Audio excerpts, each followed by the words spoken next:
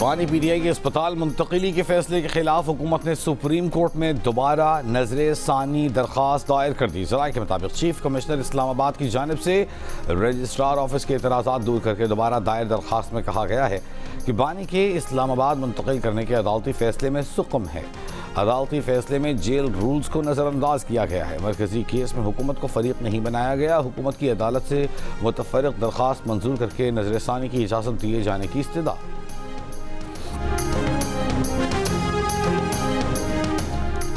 پیمز اسپتال میں معائنے اور ڈاکٹروں کے طبی طور پر صحت مند قرار دینے پر بانی پی ٹی آئی کو صبح 5 بجے واپس اڈیالہ جیل منتقل کر دیا گیا۔ وزیر اطلاعات عطا تارڑ کی تصدیق، کہا کہ پیمز میں الشفا اسپتال کے ڈاکٹرز بھی موجود تھے۔ بہن عظمیٰ خان علاج کے تمام مراحل کے دوران موجود رہیں۔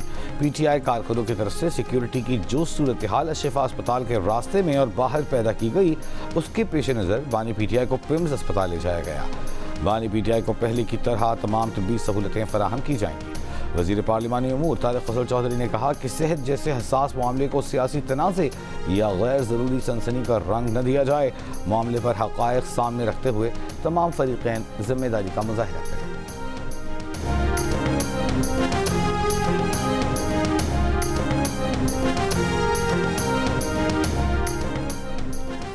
بانی پی ٹی آئی کو دوسرے اسپتال منتقل کرنے یا تفصیلات نہ بتانے کی توقع نہیں تھی۔ سپریم کورٹ کے حکم پر عمل درآمد نہ ہونا بدقسمتی ہے۔ اگر عدالتی حکم پر عمل درآمد مشکل ہے تو جمہوریت کیسے چلے گی؟ Chairman P T I barrister Gohar کا رد عمل۔ اسلام آباد میں میڈیا سے گفتگو میں کہا کہ سیاسی مسائل کا حل سیاسی طور پر نکالنے کی کوششیں جاری رکھیں گے۔ اپوزیشن لیڈر محمود خان چکزئی نے کہا کہ بانی پی ٹی آئی کی بہنوں کو شفا اسپتال میں بند کر دیا گیا۔ اچھا ماحول پیدا ہو جاتا ہے لیکن پتہ نہیں کون اسے سبوتاژ کر دیتا ہے۔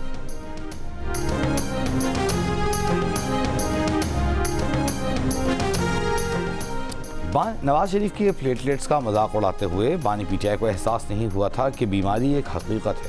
امریکہ کے جلسوں میں نواز شریف کا مذاق اڑاتے ہوئے بانی پی ٹی آئی کی ایک نہیں سینکڑوں ویڈیوز موجود ہیں۔ وزیر دفاع خواجہ آصف کی بانی پی ٹی آئی پر تنقیدی وار۔ قومی اسمبلی اجلاس میں کہا کہ جب نواز شریف اور مریم نواز سمیت مسلم لیگ ان کی قیادت قید میں تھی، انہوں نے کبھی ایوان میں آ کر یہ نہیں کہا کہ ہم یہ کر دیں گے وہ کر دیں گے۔ خواجہ آصف کا کہنا تھا کہ بانی پی ٹی آئی کی صحت کو مسئلہ بنانا معاملے کو سیاست زدہ کرنا ہے۔ وہ حلفاً کہتے ہیں کہ ان کی صحت کا کوئی مسئلہ نہیں، آنکھ ٹھیک ہو چکی، بلڈ پریشر کی دوائی دی جا رہی ہے۔ ان کی بہن بھی بتا سکتی ہیں کہ وہ کیسے ہیں۔ تمام تفصیلات پبلک میں آ جائیں گی۔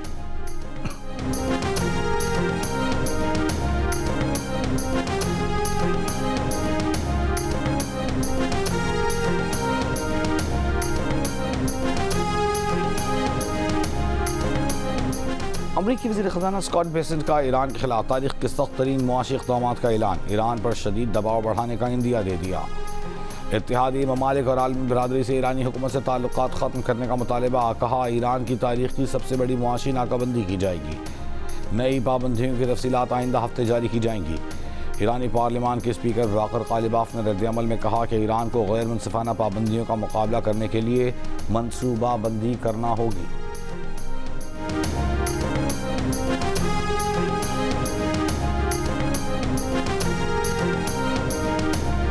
پاکستان اور گوگل کے درمیان قومی ڈیجیٹل تبدیلی کے لیے مفاہمتی یادداشت پر دستخط کر دیے گئے۔ وزیر اعظم شہباز شریف کی زیر صدارت اسلام آباد میں گوگل ٹیم کے اعزاز میں استقبالیہ۔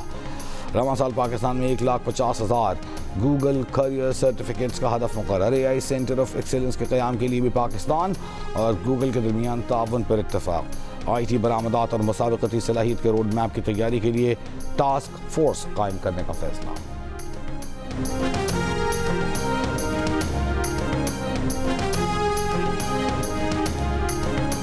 مستونگ کے علاقے کھرکوچا دھماکے میں ہلاک افراد کی تعداد 6 ہو گئی، زخمی 3 افراد اسپتال منتقل۔ پولیس کے مطابق دھماکے میں مرنے اور زخمی افراد باغات میں کام کرنے والے مزدور بتائے گئے ہیں۔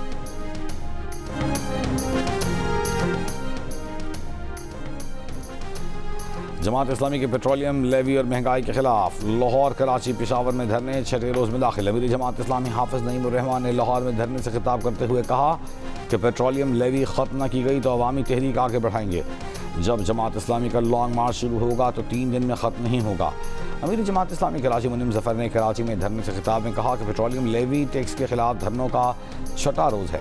میر رضا کے قاتلوں کا کچھ معلوم نہیں، حال ہی میں 19 بچے گٹروں میں گر کر جاں بحق ہو چکے۔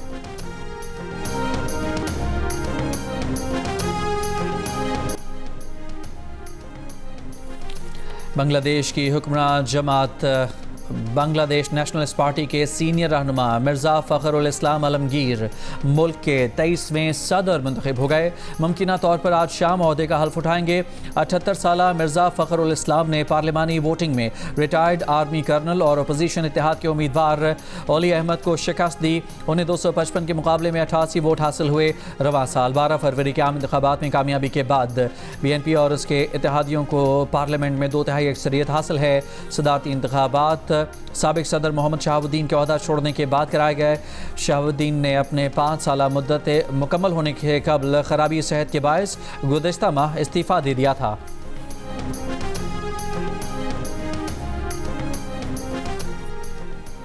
امریکی ریاست الاسکا میں 8 افراد کو لے جانے والا چارٹر طیارہ گر کر تباہ، طیارے میں سوار تمام افراد ہلاک ہو گئے۔ نیشنل ٹرانسپورٹیشن سیفٹی بورڈ کے مطابق طیارہ کیپ نیو ہیم ایئرپورٹ کے قریب گرا۔ چارٹر طیارے میں 2 پائلٹ اور 6 مسافر سوار تھے۔ حادثے کی وجہ معلوم نہیں ہو سکی۔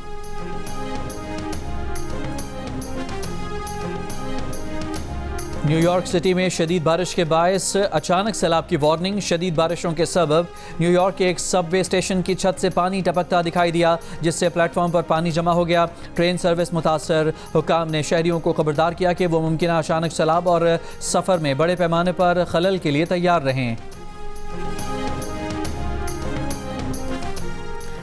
غزہ میں اسرائیلی حملوں کے ملبے سے حال ہی میں نکالی گئی 50 فلسطینیوں کی لاشوں کی نماز جنازہ ادا کی گئی۔ اسرائیل بدستور ملبہ ہٹانے کے لیے درکار بھاری مشینری کو غزہ میں داخل ہونے سے روک رہا ہے۔ جنگ بندی معاہدے کے تحت اس مشینری کی غزہ میں آمد جنگ بندی کی شرائط میں شامل ہے۔ آبنائے ہرمز میں جہاز رانی کی صورتحال برقرار۔ شپنگ ڈیٹا کے مطابق گزشتہ روز آبنائے ہرمز سے 7 مال بردار جہاز گزرے۔ کیپلر شپنگ ڈیٹا کے مطابق گزشتہ روز آبنائے ہرمز سے گزرنے والے جہازوں میں کوئی آئل شپمنٹ نہیں تھی، تاہم ایک گیس بردار جہاز اس میں شامل تھا۔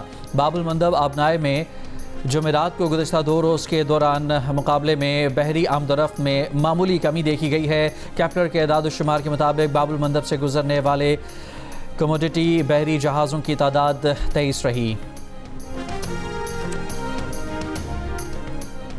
آکسفورڈ یونیورسٹی کے سابق پروفیسر جیسن آرڈے پر علمی سرقے کے الزامات لگانے والے امریکی ماہر تعلیم نیتھن کافنس کو بیلجیم کی جینٹ یونیورسٹی نے معطل کر دیا۔ نیتھن کے خلاف امتیازی سلوک کے الزام میں تحقیقات کی جا رہی ہیں۔ جینٹ یونیورسٹی کا کہنا ہے کہ نیتھن کافنس کو احتیاطی اقدام کے طور پر ابتدائی تعلیمی تحقیقات مکمل ہونے تک معطل کیا گیا۔ نیتھن کافنس جیسن آرڈے کے علمی کام اور کامیابیوں پر سوالات اٹھانے والوں میں شامل تھے۔ جیسن آرڈے گزشتہ جمعے کو لندن میں 41 برس کی عمر میں مردہ پائے گئے تھے۔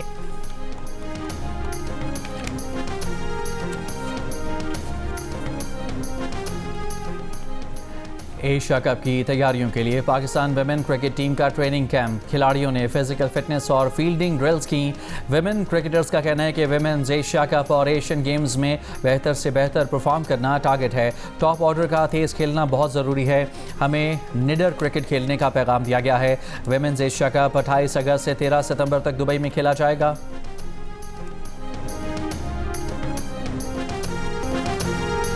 اور سندھ حکومت کا پبلک سروس گاڑیوں کے خلاف جامع انفورسمنٹ مہم اور کریک ڈاؤن کا فیصلہ۔ ڈیجیٹائزڈ روڈ پرمٹ اور درست فٹنس سرٹیفکیٹ کے بغیر چلنے والی گاڑیوں کے خلاف فوری کارروائی ہوگی۔ بغیر فٹنس سرٹیفکیٹ گاڑیاں تحویل میں لینے، دستی روٹ پر پرمٹس منسوخ کرنے اور بار بار خلاف ورزی کرنے والے آپریٹرز کو بلیک لسٹ کرنے کی ہدایات جاری کر دی گئیں۔ سندھ کے سینئر وزیر شرجیل انعام میمن نے کہا کہ مسافروں کی حفاظت خطرے میں ہے۔ بعض گاڑیوں میں آگ بجھانے کے آلات بھی موجود نہیں۔